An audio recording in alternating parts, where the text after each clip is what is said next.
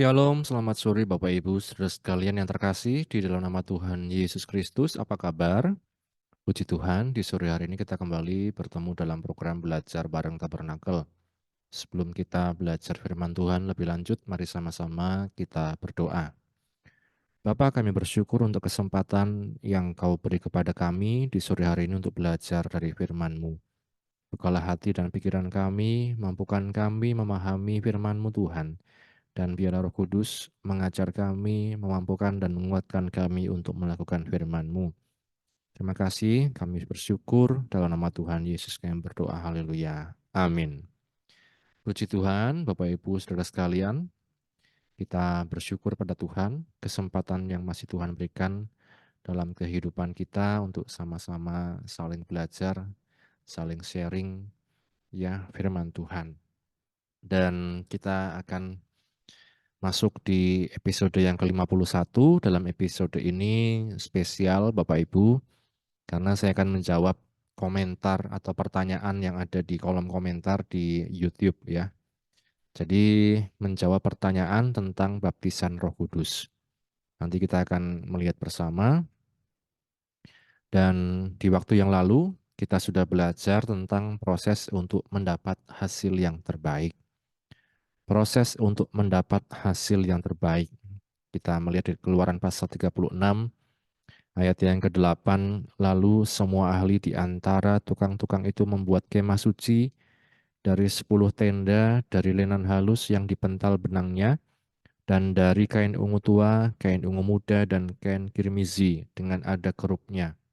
Buatan ahli tenun dibuat orang semuanya itu. Nah, kita melihat Bapak Ibu, lenan atau linen ini merupakan dikatakan bahan kain yang dibuat dari rami halus, kuat, tampak berkilat, dan dingin apabila dipakai.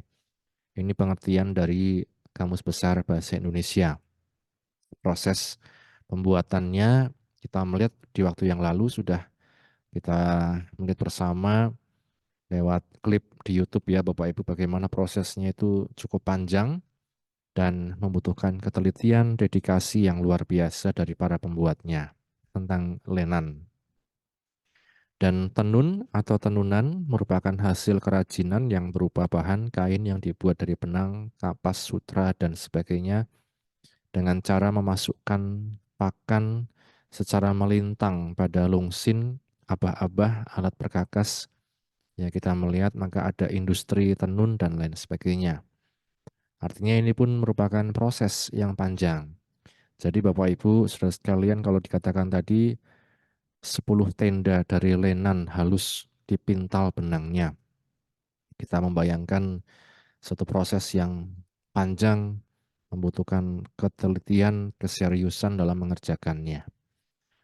Kita melihat Bapak Ibu saudara sekalian, untuk mendapat lenan perlu proses yang panjang dan harus dilakukan dengan ketelitian dan kehati-hatian. Demikian juga kita melihat dalam hidup kita sebagai bait Tuhan, bait Allah, ya bangunan Allah sendiri dikatakan oleh anugerahnya kita akan terus mengalami proses pembaharuan menuju kesempurnaan sesuai dengan gambarnya, gambar Yesus Kristus. Nah, Bapak Ibu saudara sekalian, dan itu sepintas tentang episode yang lalu. Dan saat ini kita melihat kita akan menjawab pertanyaan tentang baptisan Roh Kudus. Kenapa demikian? Karena kita melihat di waktu yang lalu ada yang bertanya Bapak Ibu, Andreas Abidin 1701 di episode 50 ya, dalam kolom komentarnya ada yang bertanya, mau tanya Bapak Pendeta Yesaya dari pelajaran Tabernakel, masuk ruang kudus syaratnya harus sudah dibaptis Roh Kudus. Saya dari aliran Metodis, ini salah satu aliran dalam kekristenan. Baptis Roh Kudus cukup dengan doa minta sama Tuhan Yesus, atau harus ada penumpangan tangan dari hamba Tuhan yang tentunya sudah dibaptis Roh Kudus seperti di kisah para rasul. Ya, ini Bapak Ibu sudah sekali menjadi pertanyaan dan saya tidak jawab di kolom komentar karena tentu cukup panjang dan nanti kurang ya. Tapi saya mencoba membuat satu episode khusus untuk belajar bareng ini kita menjawab pertanyaan. Demikian juga Bapak Ibu Saudara sekalian yang mungkin ada pertanyaan tentang tabernakel, tentang hal-hal dalam kekristenan ya, silakan dapat mengajukan pertanyaan. Yang pertama, kita melihat dari pertanyaan ini, dari pelajaran tabernakel masuk ruang kudus syaratnya harus dibaptis Roh Kudus. Yang kedua, kita melihat bahwa beliau berasal dari gereja aliran Metodis. Yang ketiga, kita melihat baptis Roh Kudus itu cukup minta sama Tuhan Yesus atau harus ada penumpangan tangan, seperti di Kisah Para Rasul. Bapak Ibu Saudara sekalian, kalau kita belajar tabernakel seperti yang seringkali kita ulang-ulang, ini merupakan satu petunjuk atau gambaran besar ya Bapak Ibu Saudara sekalian. Seringkali orang kemudian terjebak dengan kata-kata, misalnya syarat. Ya, kayak tadi kan syarat seakan-akan ini kalau bicara syarat ini syariat yang harus kemudian menjadi kaku dan lain sebagainya. Kita melihat Bapak Ibu di pintu gerbang itulah percaya pada Tuhan Yesus. Ini gambaran Bapak Ibu Saudara sekalian. Jadi ini terjadi Bapak Ibu bukan dengan satu apa ya tatanan yang kita pikir kita bisa menatanya secara sistematis dalam kehidupan kita, tapi seringkali merupakan satu pengalaman hidup. Nah, pintu gerbang saat kita percaya Yesus, kemudian di halaman ada mezbah korban bakaran, menunjukkan korban Kristus yang terus kita ingat, yang terus kita peringati, kita hargai, karena ini yang menebus dosa setiap kehidupan kita, menjadikan kita milik kepunyaan Tuhan sendiri, kemudian masuk di kolam pembaptisan air, kemudian masuk di kolam pembasuhan, di sana berbicara tentang baptisan air, tanda menanggalkan manusia lama, mengenakan manusia baru yang terus-menerus diperbaharui. Nah, kemudian yang menjadi pertanyaan pintu kemah. Ketika di pintu kemah ini melambangkan baptisan Roh Kudus. Jadi Roh Kudus yang memampukan kita untuk hidup dalam kekudusan. Ada meja roti pertunjukan atau meja roti sajian berbicara tentang hidup yang dipenuhi firman Tuhan. Ada pelita yang berbicara tentang hidup yang menjadi terang oleh kuasa Roh Kudus dan firman-Nya. Ada mezbah dupa yang kemudian ini menggambarkan kehidupan doa dan penyembahan di hadapan Tuhan. Bukan hanya di waktu kita beribadah, tetapi dalam setiap hari, dalam bekerja, dalam sekolah, kuliah, itu pun merupakan satu doa kepada Tuhan. Kemudian di pintu tirai kita melihat ini merupakan satu batas antara ruang suci dan ruang maha suci. Dan saat Yesus tersalib, di kayu salib, pintu tirai di bait suci terbelah menjadi dua, pintu yang sangat tebal, yang seringkali melambangkan kemanusiaan, kedagingan kita sebagai manusia, yang tidak dapat melakukan kehendak Bapa dengan kekuatan kita sendiri. Ya, tetapi oleh korban Kristus, pintu tirai ini terbelah menjadi dua, sehingga dikatakan kita bisa menghampiri tahta kasih karunia Allah. Ruangan maha suci, tabut perjanjian, di sana melambangkan bagaimana relasi yang intim ya, kemuliaan Tuhan yang begitu luar biasa dan manusia dapat masuk ketika beriman kepada Yesus Kristus sebagai Tuhan. Bapak Ibu, kalau kita berbicara tentang syarat, tentu kemudian ruangan-ruangan ini serta halaman ini merupakan satu gambaran utuh kemah suci, dan semua ini sejatinya adalah karya Yesus dalam kehidupan orang percaya. Menggambarkan karya Yesus yang adalah pintu, Yesus yang menjadi korban, dan sebagainya. Dan kalau kita berbicara tentang syarat dalam kebenaran, Bapak Ibu Saudara sekalian, sejatinya ini merupakan gambaran kehidupan kita sebagai orang percaya. Jadi kemudian tidak dikatakan sebagai saklek gitu ya. Kemudian belajar apa sebenarnya baptisan Roh Kudus itu. Baptis Roh Kudus itu apa? Ini kan yang menjadi pertanyaan dalam kehidupan kita sebagai orang percaya. Nah, jadi yang pertama tentang syarat bahwa kemudian jangan sampai kita menjalani hidup kekristenan itu seperti syariat ya, maksudnya segala sesuatu dihantui atau dikelilingi oleh syarat. Tapi yang pertama ketika kita masuk pintu gerbang itu adalah anugerah Tuhan dalam kehidupan orang percaya. Anugerah Tuhan yang ditunjukkan lewat apa di sini? Korban Kristus. Kemudian menanggalkan manusia lama, mengenakan manusia baru. Kemudian siapa yang membaptis Roh Kudus dikatakan Yesus. Jadi kalau kita berbicara tentang syarat Bapak Ibu Saudara sekalian seakan-akan manusia yang mengusahakannya. Tapi dikatakan kitalah sebenarnya yang diberikan anugerah oleh Yesus, oleh Tuhan Yesus untuk menerima Roh Kudus dan kita dimampukan untuk hidup sesuai kebenaran firman-Nya oleh anugerah Tuhan, oleh tuntunan Roh Kudus. Nah, maka saya katakan di episode 2, belajar tabernakel episode 2, hati-hati jangan sampai kita belajar tabernakel kemudian merasa tingkat rohaninya lebih tinggi dan lebih suci dari orang lain. Ini yang kita perlu hati-hati. Kalau kita konsep dalam hidup kita, ya kadang ada orang belajar tabernakel seperti itu, merasa sudah di satu tahap, merasa sudah di satu titik, akhirnya kemudian justru yang outputnya merasa tingkat rohaninya lebih tinggi dan lebih suci dari yang lain. Yang kedua, dia rendah diri. Rendah diri ketika, wah saya kok belum mengalami ini, saya kok belum bisa ini, akhirnya dia rendah diri. Wah saya merasa tidak layak di hadapan Tuhan, dan lain sebagainya. Ini Bapak Ibu. Padahal kembali kita melihat semua adalah karya anugerah Tuhan Yesus dalam kehidupan kita. Jadi kita melihat ini ketika kita belajar tabernakel, output kita seharusnya menjadi orang yang lebih bersyukur dan rendah hati ya dalam menjalani hidup ini karena kita percaya semua adalah anugerah Tuhan. Nah, kemudian yang kedua tentang baptisan Roh Kudus Bapak Ibu Saudara sekalian. Di episode yang keenam, kalau tentang pintu kemah itu saya pernah membahas dalam episode 6, apakah kita sudah mengalami baptisan Roh Kudus yang ditandai dengan apa?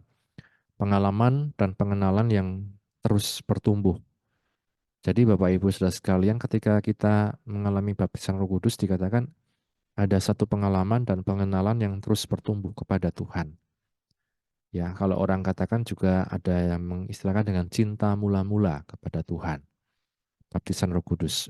Kemudian yang kedua, ada kesadaran untuk mau hidup kudus. Dalam arti berbeda, terpisah, ya, tidak melakukan hal-hal yang membawa kepada dosa dan lain sebagainya. Seperti di 1 Petrus 2 ayat 9 sampai 10. Ya, kita dikatakan di sana bahwa kita ini adalah umat pilihan Allah, ya, yang dikuduskan. Menjadi dikatakan imamat yang rajani, bangsa yang kudus, ya. Di sanalah kita melihat tetapi kamulah bangsa yang terpilih, imamat yang rajani, bangsa yang kudus, umat kepunyaan Allah sendiri. Ini Bapak Ibu Saudara sekalian. Artinya seperti kata gereja, eklesia, terpisah, dipisahkan. Di 1 Petrus 2 ayat 9 dan 10. Yang dulu bukan umat Allah, tetapi sekarang menjadi umatnya. Yang dulu bukan, yang dulu tidak dikasihani, tetapi yang sekarang beroleh belas kasihan. Ini Bapak Ibu, kalau Bapak Ibu baca di 1 Petrus 2 ayat 9 sampai 10. Nah makanya kemudian kita berbicara tentang istilah ya Bapak Ibu Saudara sekalian. Seringkali orang kepentok ya masalah istilah baptisan Roh Kudus itu gimana, kemudian kepenuhan Roh Kudus itu gimana dan lain sebagainya. Nah, kalau kita melihat seperti ini Bapak Ibu, orang Pantai Kosta dan karismatik menafsirkan ya ini kebanyakan ya Bapak Ibu bahwa orang yang sudah menerima Yesus dan dibaptis dalam nama Allah Tritunggal masih harus menerima baptisan Roh Kudus lagi sebagai sesuatu yang disebut sebagai second blessing ya.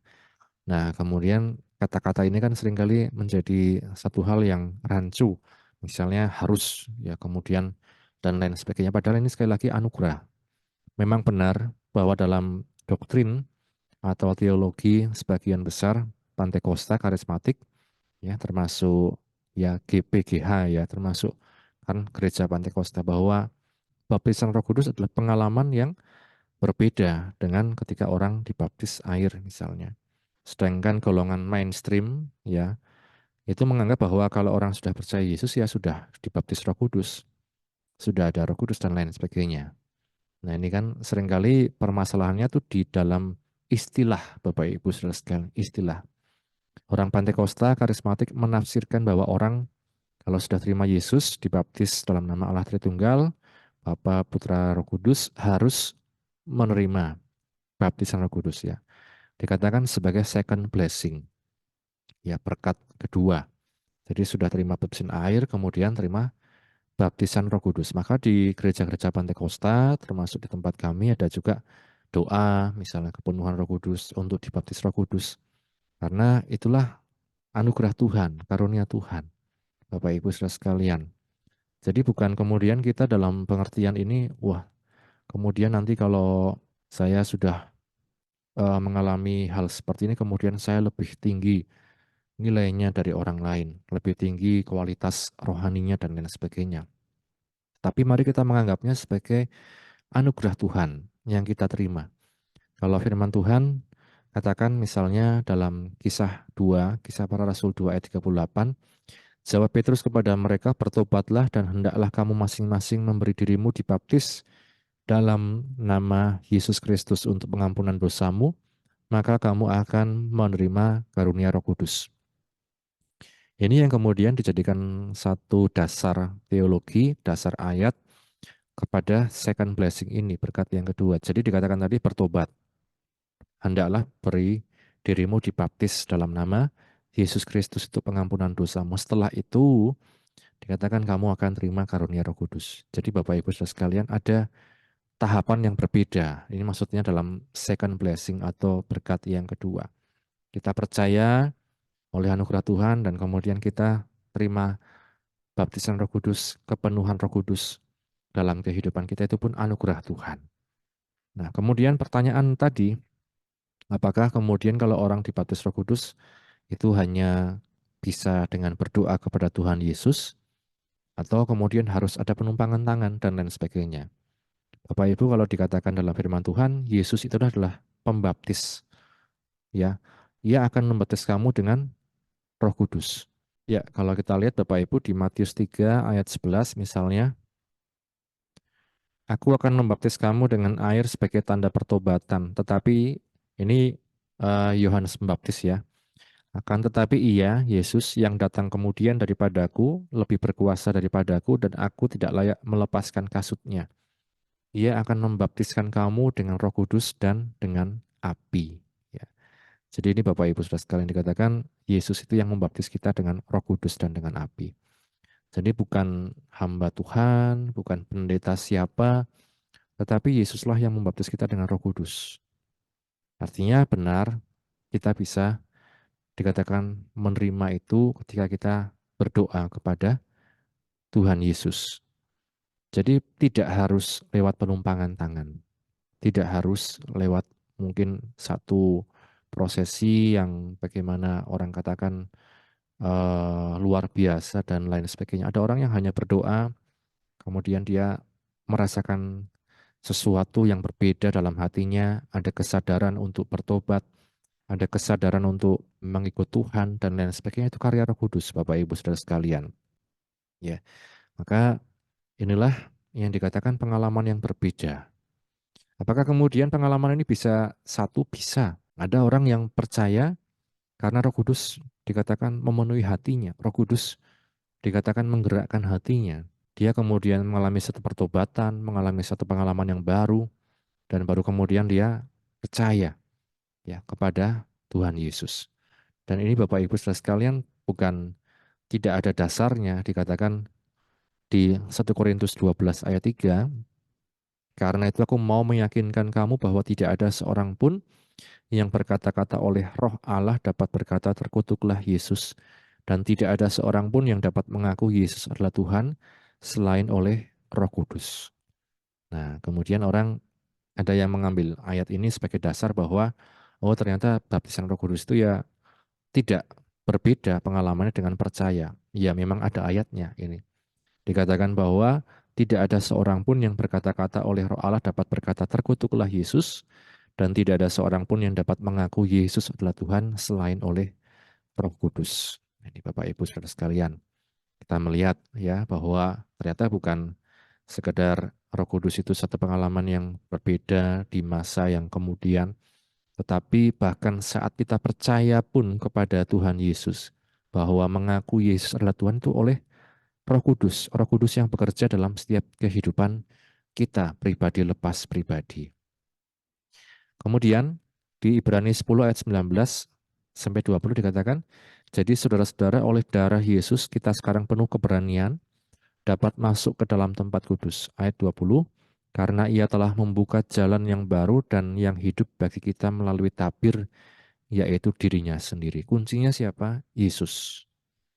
Jadi Bapak Ibu kalau melihat tabernakel, bukan kemudian kita hanya sekedar melihat step-step, langkah-langkah, alat-alat dan lain sebagainya, tetapi dikatakan inilah karya Yesus yang besar dalam kehidupan kita. Sejatinya tabernakel itu menggambarkan karya Yesus yang luar biasa.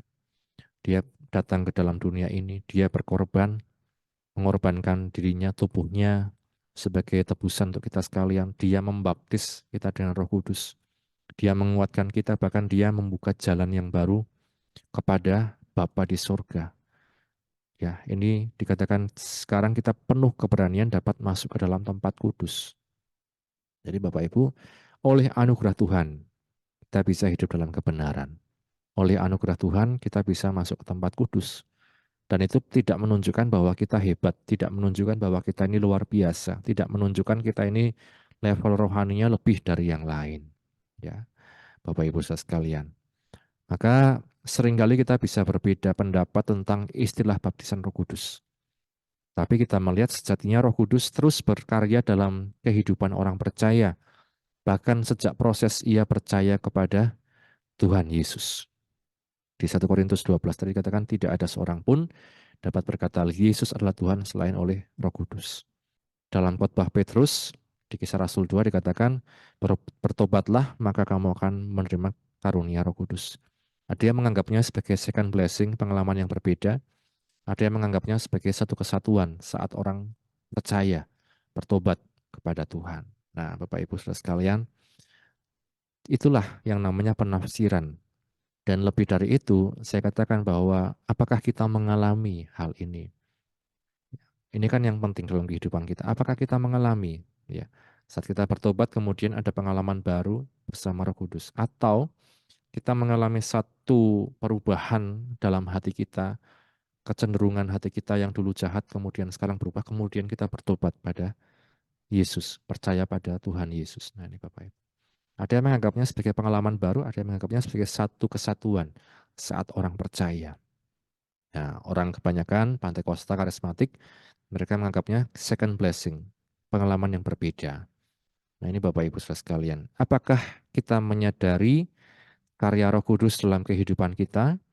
Apakah kita juga rindu untuk mengalami pengalaman bersama Roh Kudus seperti para murid dan jemaat mula-mula?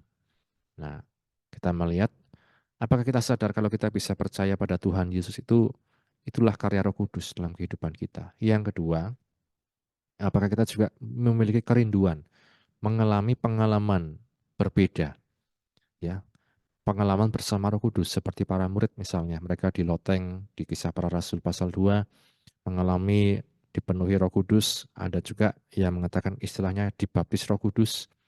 Ya. Di dalam teks-teks lain juga dikatakan ketika Paulus menumpangkan tangan, murid-murid di Efesus mengalami kepenuhan Roh Kudus dengan tanda bahasa lidah dan lain sebagainya.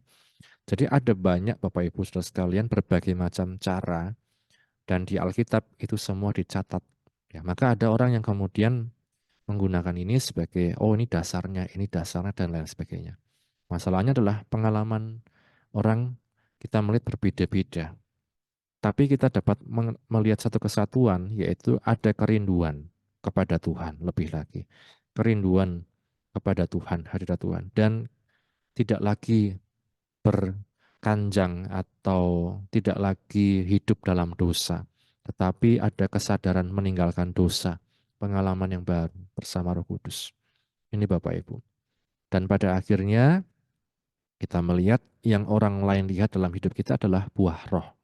Kasih, sukacita, damai sejahtera, kebaikan, kesabaran, ya, dan kelemah lembutan, pengendalian diri, dan lain sebagainya. Bukan sekedar karunia atau berbagai manifestasi.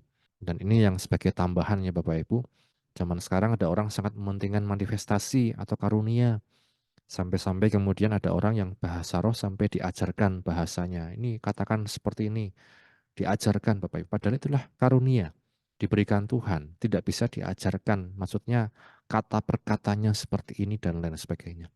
Ada yang sampai kemudian mengagungkan manifestasi dan lain sebagainya.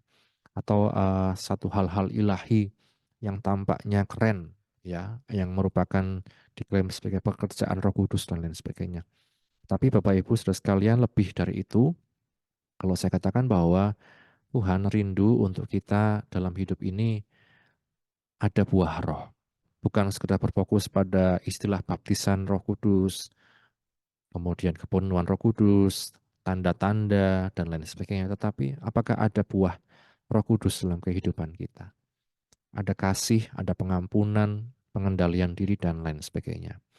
Maka kalau kita kembali kepada pertanyaan tadi, Bapak Ibu Saudara sekalian, eh, syaratnya harus dibaptis Roh Kudus. Ini sebenarnya bukan kemudian dikatakan seperti syariat itu ya, tapi justru Yesuslah yang oleh anugerahnya membaptis kita dengan Roh Kudus. Kemudian kita dilayakkan masuk ke ruang-ruang itu, ruang suci, ruang maha suci, kalau dalam gambaran tabernakel oleh anugerah Tuhan Yesus, bukan oleh kekuatan dan kehebatan perbuatan kita sendiri. Kemudian baptis Roh Kudus cukup doa minta Tuhan Yesus atau harus ada penumpangan tangan? Doa pada Tuhan Yesus. Itu sudah lebih dari cukup ya kalau saya katakan. Ketika kita sungguh-sungguh, dikatakan dalam satu kesungguhan, kesungguhan kita pun itu digerakkan oleh Roh Kudus. Dan kita minta, dikatakan ada satu pengalaman. Ya, orang-orang di Kisah Rasul, misalnya mereka ada yang mengalami terharu ya di Kisah Rasul 2. Karena apa? Sadar dosa-dosanya. Jadi ini tandanya. Sadar dosa-dosanya dan mau bertobat. Ya, kemudian ada yang juga ditandai dengan bahasa lidah, ada yang ditandai dengan mujizat dan lain sebagainya, berbagai macam cara. Ya, jadi tidak harus ada penumpangan tangan. Iman kita dan anugerah Tuhan itu yang bekerja Bapak Ibu Saudara sekalian. Dan karenanya seperti tadi yang orang lihat justru bukan yang rohani-rohani, tetapi justru yang orang lihat sehari-hari adalah buah roh kita. Apakah ada kasih, sukacita, damai sejahtera, lemah lembutan, kesabaran, dan lain sebagainya. Ini Bapak Ibu Saudara sekalian, dan khususnya untuk Bapak Abidin tadi ya yang bertanya, semoga menjawab. Dan bagi Bapak Ibu Saudara sekalian yang ingin bertanya tentang berbagai macam hal yang lain, silahkan tulis di kolom komentar ya, baik di tayangan ini maupun di tayangan-tayangan sebelumnya. Maka admin akan memberitahukan kepada kami dan kami akan mencoba belajar kembali dan menjawab ya. Demikian firman Tuhan, demikian perenungan kita pada sore hari ini, kiranya memberkati untuk kita sekalian. Mari sama-sama kita berdoa. Bapa, kami bersyukur penyertaan-Mu dalam program belajar bareng Tabernakel kali ini Tuhan. Kami bersyukur untuk setiap pertanyaan dan untuk kami terus belajar Tuhan. Bahwa kami hidup hanya oleh anugerah-Mu. Dan Engkau yang memampukan kami untuk hidup Tuhan sesuai dengan kebenaran-Mu. Dan Roh Kudus itu pun Engkau anugerahkan pada setiap kami untuk menolong kami karena kami lemah tanpa Engkau ya Tuhan. Memampukan kami hidup dalam kebenaran firman-Mu, menjadi orang-orang yang menghasilkan buah untuk kehidupan yang kekal dan yang memberkati setiap sesama kami. Terima kasih, berkatilah setiap anak-anak-Mu yang sudah mendengar firman-Mu, apapun yang menjadi pergumulan kami, Engkau yang menolong. Kami bersyukur, ini doa kami dalam nama Tuhan Yesus kami berdoa, haleluya. Amin. Puji nama Tuhan, Tuhan Yesus memberkati kita sekalian. Amin.